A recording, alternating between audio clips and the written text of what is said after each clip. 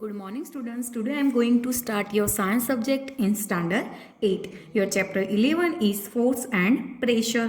तो last video में हमने पेज नंबर 128 पर एक्टिविटी 11.1 तक देखा था.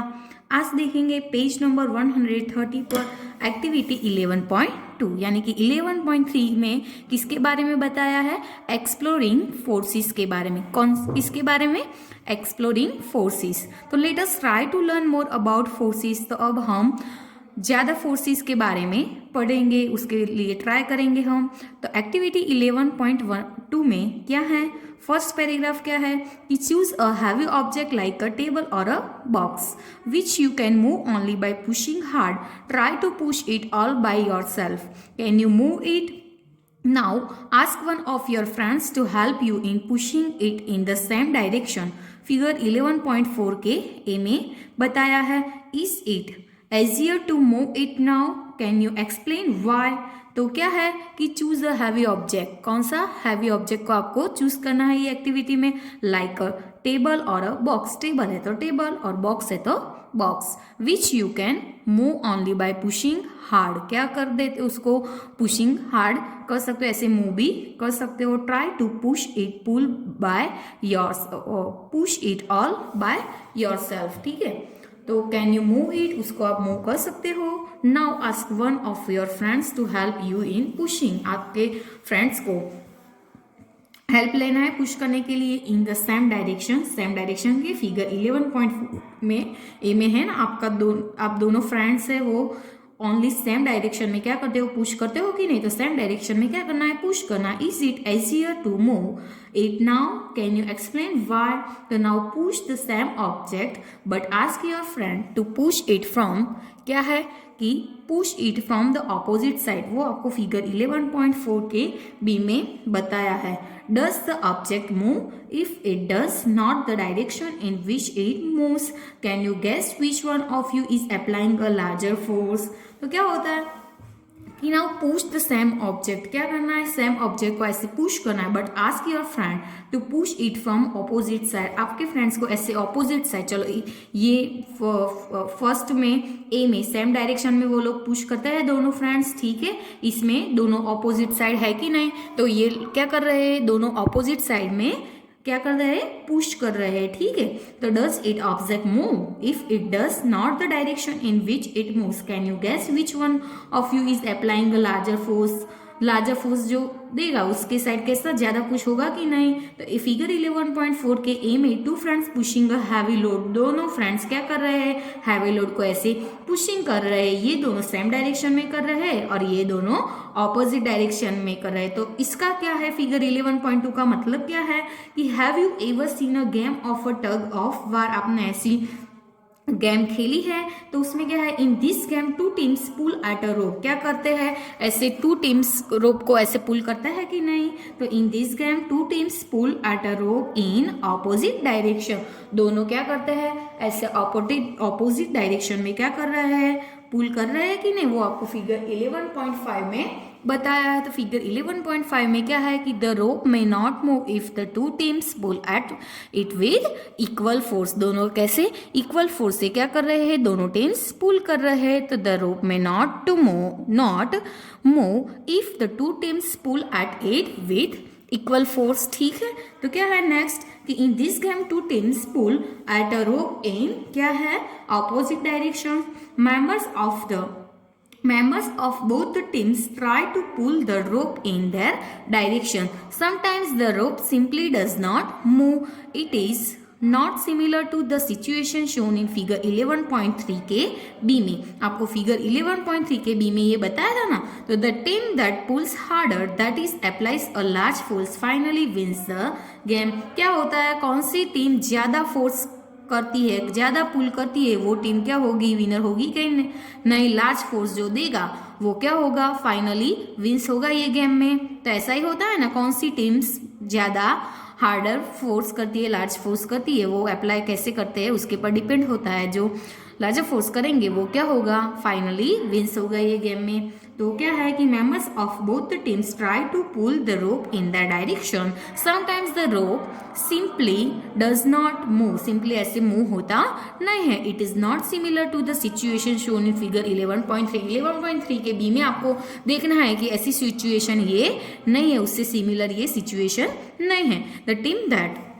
पुल्स हार्डर, कौन सी टीम हार्डर पुल्स करती है, that is applies a larger force, finally wins the game. Finally वो क्या करते हैं, ये गेम को ऐसे विंस करते हैं। What do this example suggest about the nature of force, the force applied on an object in the same direction at to one another. ठीक है, now recall what happened when you and your friend pushed the heavy box in the same direction in activity 11.2। क्या है कि force applied on an object in the same direction, कौन से same direction पर ऐसा force applied करता है, ठीक है, to one another। now recall what happened when you and your friend pushed the heavy box in the same direction in activity 11.2। ठीक है, if the two forces act in the opposite direction on an object, the net force acting, क्या है उसमें जो net force acting है, तो the net force acting on it is the difference between the two forces। what did you observe in activity 11.2? activity 11.2 में आपने क्या observe किया, तो when both of you were pushing the heavy box from opposite direction, क्या कर रहे हैं, heavy box को ऑपोजिट डायरेक्शन में वो लोग क्या कर रहे थे, पुश कर रहे थे। तो क्या है, when both of you were pushing the heavy box from opposite direction, उसमें 11.2 में ऐसा था, दोनों जो हैवी बॉक्स है उसको ऑपोजिट डायरेक्शन में पुशिंग कर रहे थे। तो recall that in tug of वार, ऐसी टग ऑफ वार यानी कि जो रस्सी खेच जैसी क्या होती है, गेम्स होती है ना, तो recall that in the tug of war यानी कि ऐसी कोई गेम्स होती है when two teams pull equally hard, two teams दोनों कैसे पुल क्या करती है, पुश नहीं करती, क्या करती है ये गेम में, पुल करती है। Recall that in the tug of war when two teams pull equally hard, दोनों टीम्स कैसे इक्वली हार्ड पुल करते हैं। The rope does not move in any direction, जो रोप है वो कोई भी डायरेक्शन में ऐसे मूव होते नहीं है। So we learn that a force could be larger और smaller than the other. The strength of a force is usually expressed by its magnitude. We have also to specify the direction in which a force acts. Also, if the direction or the magnitude of the applied force changes, its effect also changes. क्या है कि so we learn that the force could be larger or smaller than other से वो force ऐसा क्या है, larger भी होता है और smaller भी होता है, वो कोई ऐसा fix होता नहीं है। So we learn that a force could be larger or smaller than the other। ठीक है, the strength of a force is usually क्या है कि force की जो strength है वो usually कैसा होता है, वो किसके पर expressed होता है, उसके magnitude पर। ठीक है, तो the strength of a force is usually क्या होता है कि the strength of a force is usually expressed by its magnitude।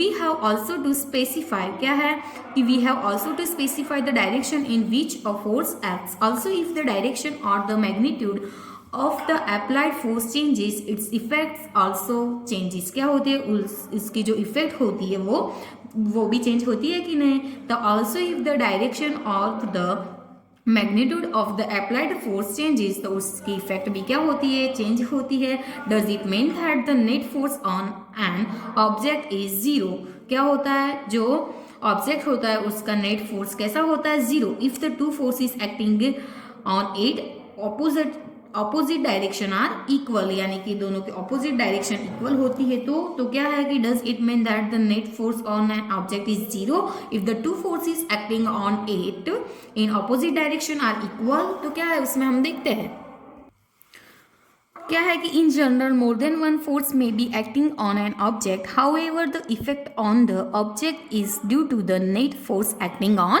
It. तो 11.4 में किसके बारे में हमने बताया है, तो a force can change the state of motion. क्या है कि a force can change the state of A motion. तो फर्स्ट है कि let us now find out what happens when a force acts on an object. ठीक है, तो activity 11.3 हम देखते हैं फर्स्ट पैराग्राफ में क्या है कि टेक अ रबर बॉल। क्या लेना है, रबर बॉल को लेना है and place it on a level surface such as a table top or a constant floor. Now gently push the ball along the level surface. Figure 11.6 में आपको बताया है does the ball begin to move? Push the ball again while it is still moving. Is there any change in its speed? Does it increase or decrease? तो क्या है कि take a rubber ball। क्या लेना है, rubber ball लेना है and place it on a level surface such as a table top or a concrete floor. क्या कि does the ball begin to move? Push the ball again while it is still moving. Is there any change in the speed? Does it increase or decrease? तो क्या है कि take a rubber ball. क्या लेना है आपको, rubber ball लेना है and place it on a level surface such as, कौन से पर रखना है, जो टेबल का टॉप है तो टेबल का टॉप पर, और कॉन्क्रीट फ्लोर है तो कॉन्क्रीट फ्लोर पर आपको रखना है. ठीक है, वो उसको रबर बॉल को वहां रखना है. Now gently push the ball along the level surface. ठीक है, क्या करना है, ऐसे आपको बताया फिगर में 11.6 में कि a ball at rest begins to move when a force applied on it. तो does the ball begin to move, ऐसे बॉल जो है वो मूव करने का स्टार्ट करेगा. Push the ball again while it the still moving. क्या करना है, वो मूविंग करता है तो फिर से क्या करना है, उसको अगेन पुश करना है. ठीक है, is there any change in its speed, उसकी स्पीड में कोई चेंज आएगा. Does it increase or decrease? Decrease, हम फिर से ऐसे वो मूविंग करता है तो फिर से उसको हम क्या करेंगे, ऐसे पुश करेंगे तो उसकी जो स्पीड है वो डिक्रीज होगी या इंक्रीज होगी, उसके बारे में हमें बताया है.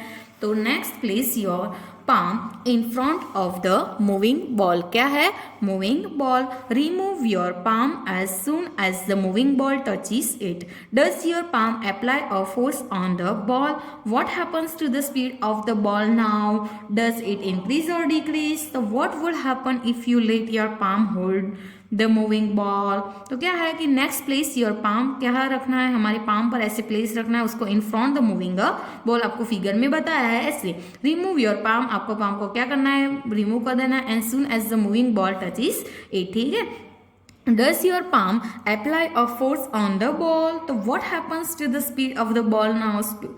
जो बॉल की स्पीड है उसमें क्या होगा? Does it increase or decrease? Decrease होगा या इंक्रीज? तो what would happens if you let your palm hold moving ball?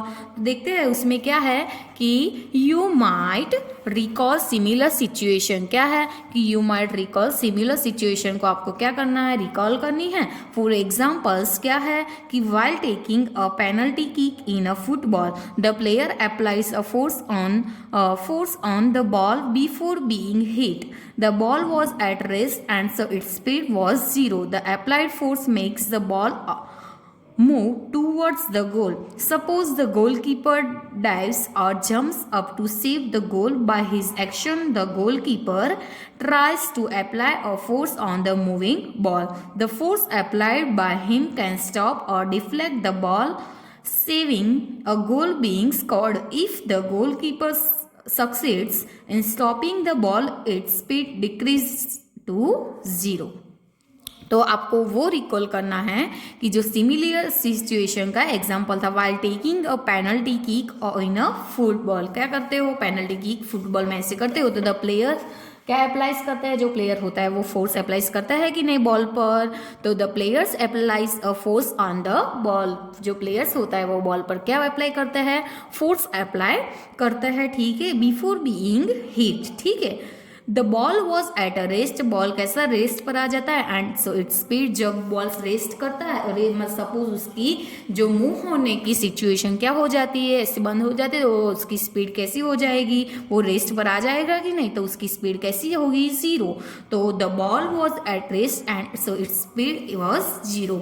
The applied force makes the ball move towards the goal. Suppose the goalkeeper dives और jumps up to the save goal. ठीक है, गोल जो balls को save करने के लिए goalkeeper क्या करता है, ऐसे जंप्स भी करता है एंड डाइव करता है कि नहीं, ऐसे गोलकीपर क्या करने के लिए गोल को ऐसे हाँ उनके जो गोल है उसको सेव करने के लिए। By his action the goalkeeper tries to apply a force on the move.